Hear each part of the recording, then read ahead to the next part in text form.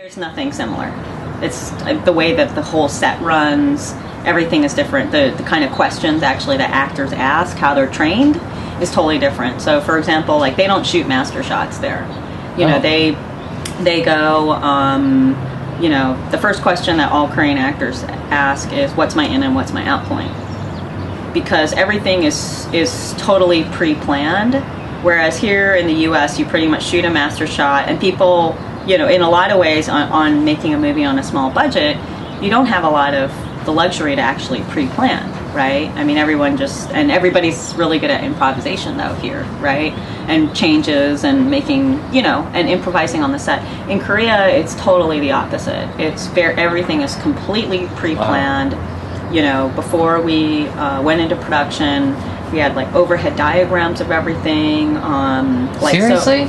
Oh yeah. Oh my God. Yeah, no. You have, and that's actually all done by the AD department. So you have what's called Conti, which is complete storyboards and overhead diagrams in the shot order that you're gonna like. So everybody knows what everybody's doing at all the time. Doesn't it also stifle creativity in some sense? Because I think as a director, you go in with, although you have everything up here, you know, actors may bring something from their own, you know, their own ability as an actor and change things up. I mean, it seems to me if it's all so programmed that you kind of lose some of that creative energy that comes.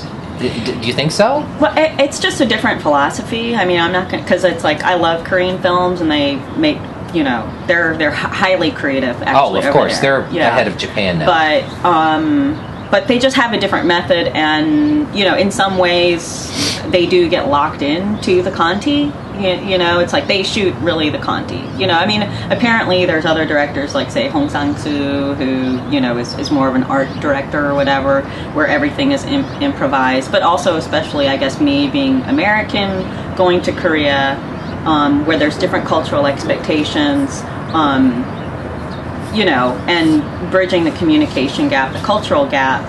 You know, you do want to try to stick to the plan as much as possible to avoid confusion.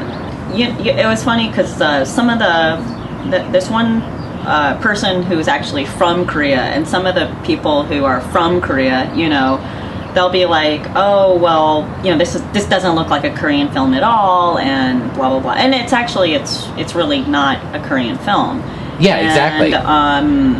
You know, but I think at the same time, what people unfortunately don't leave room for is just the idea of general artistic expression. You know, right. Because it's like, I kind of figured, you know, I might never be able to make a film again. You know, I mean, if you go into it, yeah. No, but you know, when you go into it, you're like, okay, well, you know, because it takes a lot to basically capture and seize the moment. You know, so I'm like, you know, I want to make the most of this. Originally, I mean, I wanted to even shoot at 235 because I'm like, you know, I might never, do you know what I mean? Yeah. So it's like, I want to just put, you know, the artistic expression that I think is like, you know, when I see films, okay, that's a cool shot, I would love to incorporate something like that into this movie. And, you know, you just try things that you've always wanted to try, you know, and it doesn't have anything to do with my cultural background, you know, at all. It just has to do with, okay, that turns me on as an artist. I love that kind of lighting, or I love, you know, that kind of,